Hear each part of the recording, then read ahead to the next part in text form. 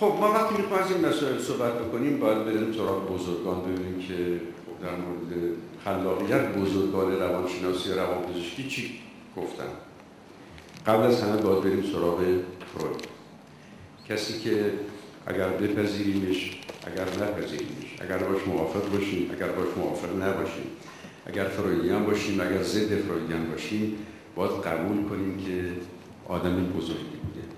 آدمی بوده که حالا قرن 21 خود شماها قضاوت خواهید کرد. وقتی نگاه میکنید به قرن 20 سایه بزرگ این غول زیبا بر سرتاسر فعالیت‌های خلاقه و هنری و ادبی قرن 20 گسترده است.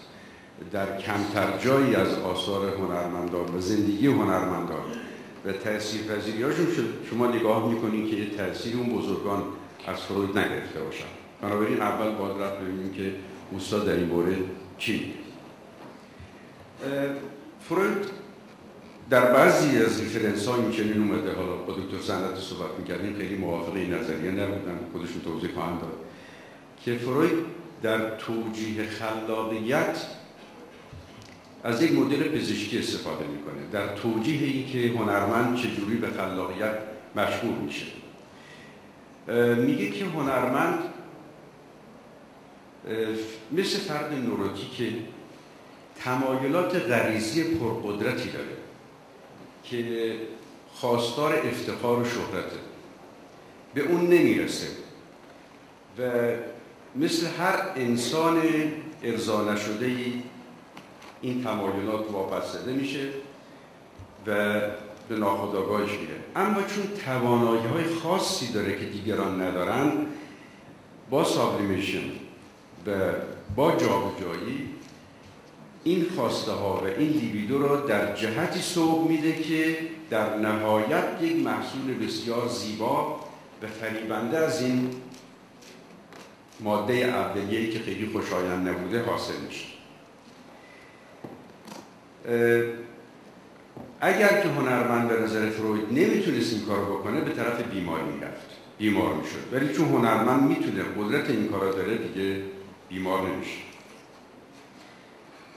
و اون وقت راه خودش مجدد به طرف سعادت خودش و به طرف هدایت جامعه هنرمند پیدا میکنه.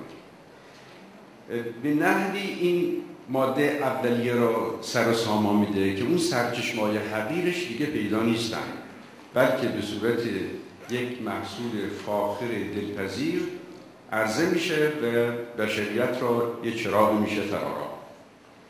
و اون وقت به اون چیزی میرسه که در ابتدا به دنبالش بوده و بهش نمیرسیده، افتخار و شهرت و عشق. خب اما این نظریه یونگ را خوش نمیاد. مطابق خیلی از مسائل دیگه‌ای که استاد و شاگرد با هم اختلاف داشتن، خب در این مورد هم اختلافات بر حسب نظریهشون پیداست. من همینجا قبل از این که در مورد یونگ صحبت بکنم عرض بکنم که اون چیزی که افلاطون گفت که شاعر به مسائلی در گذشته دست پیدا میکنه، ما باز یک خصوصیت نابغه‌ها را در همین جا میبینیم که بدون اینکه از یک مسیری رفته باشن که ضرورت رسیدن به اون هدف هست، به هدف رسیدن. در این قرن گذشته یونگ از راه یک نظام فکری منسجم و مشخص به تئوری ناخودآگاه جمعی و آرکیتایپ ها رسید و حالا می‌بینیم که در تفسیری که از این مسئله خلاقیت میده سعی میکنه که از اون فرایند خلاقه و ناخودآگاه جمعی کمک بگیره. این همون چیزیست که افلاطون بدون اینکه از این قانون پیروی کرده باشه گفته بود که شاعر به منابعی در گذشته دست بدن. حالا این جمله معترضه بود. یونگ میگه که این مدل پزشکی، مدلی که ما همونجور که نوروز رو تعریف میکنیم بخوایم از همون طریق در مورد آثار هنری و خلاقه هم نظر بدیم، اون دیگه به کار نمیاد در اینجا. نه هنر نوروزه و نه نوروز اثر هنری هست، بلکه باید برای پیدا کردن این مسئله به اون ریشه هاش پرداخت اونا رو دید. از نظر تفاوت عمده را حالا به قول دکتر موریسی را به کرمان بردن نباشه، تفاوت عمده در این دو تا نظریه در ناخودآگاه فردی که فروید بهش معتقد بود و ناخودآگاه جمعی که اضافه بر اون یونگ بهش معتقد بود و مسائل در اون قالب شرح می‌داد.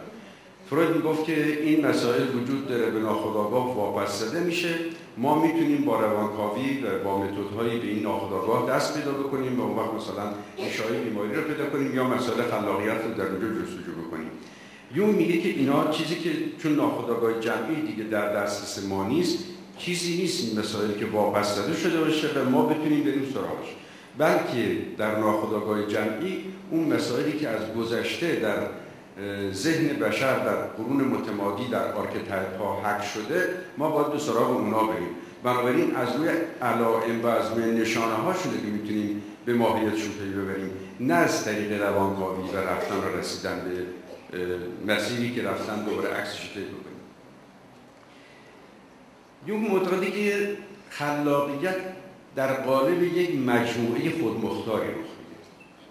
دو نوع خلاقیت رو بیان میکنه. یک نوعش اون چیزی که مثلا ما در مورد خطاطی و منبت‌کاری اونا در کشور خودمون می‌بینیم. آگاهانه هنرمند میشینه با یه سری مهارت‌ها و هنرها و توانایی‌هایی که ذهنش پیدا کرده یک حاصلی رو به وجود میاره. بعضی از هنرمندان، بعضی از منتقدین در تعریف دیگه مثلا نقاشی‌های کلاسیک، منبت‌کاری، خطاطی رو هنر نمی‌شمارن. البته این به هنرمندان برمی‌خوره و ما بهشون حق میدیم، ولی اون تفاوت قائل میشه و اونایی که امروز تعریف میکنن میگن که کاری که هنرمند میکنه کاری نیست که بدونه چه کار داره میکنه، کاری که نمیدونه داره چه کار میکنه و اون با این قسمت دومیه که روی اون کارش قائل میشه جدا میکنه و میگه که خلاقیت در یک مجموعه خودمختار مخصوص از این مجموعه خودمختار میگه که مثل یک درختی که از خاک رسته باشه. درسته که این درخت از این خاک تغذیه میکنه، اما ما اگر فقط بیایم خاک رو تجزیه تحلیل بکنیم نمیتونیم به ماهیت درخت پی ببریم. درخت خودش موجود زنده است که جدا از اون چیزی که از خاک میگیره به زندگی خودش در ادامه میده و فعل و انفعالاتی داره که دیگه خاک ازش بی‌خبره، به یه جاهایی میرسه که خاک دیگه به اون جا نمیرسه.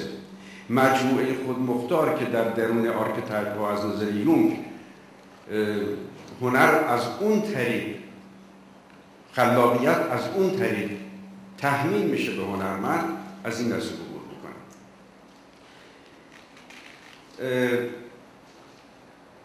میگه که این فرایند خلاق یک موجود بیکار نیست، یه موجود زنده است که در درون فرد جا گرفته، ریشه در آرکتایپ ها به ناخودآگاه جمعی داره و بعد بر حسب استعدادها و توانایی‌هایی که این آدم خلاق داره فرصت بروز میده به اون چیزی که از قبل ثبت شده باشه.